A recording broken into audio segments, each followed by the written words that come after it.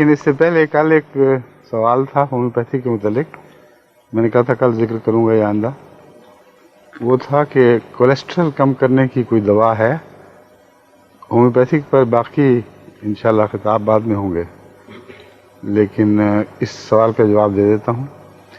میرے تجربے میں ہے، اور بعض امریکہ میں بعض احمدی ڈاکٹروں نے بھی تجربہ کر کے دیکھا اور اسے کافی مفید پایا، کہ کولیسٹرینم ایک کولیسٹرول سے بنی ہوئی ہومیوپیتھک دوا ہے، اور فائٹولاکا جو عموماً موٹاپے کی بیماری میں استعمال ہوتی ہے، ان دونوں کو ملا کر اگر دیا جائے تو مفید ہوتی ہیں.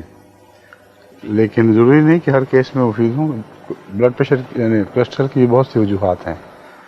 تو یہ تجربہ جنہوں نے سوال کیا تھا وہ کر کے دیکھیں اور پھر مجھے بتائیں کہ فرق پڑا کہ نہیں.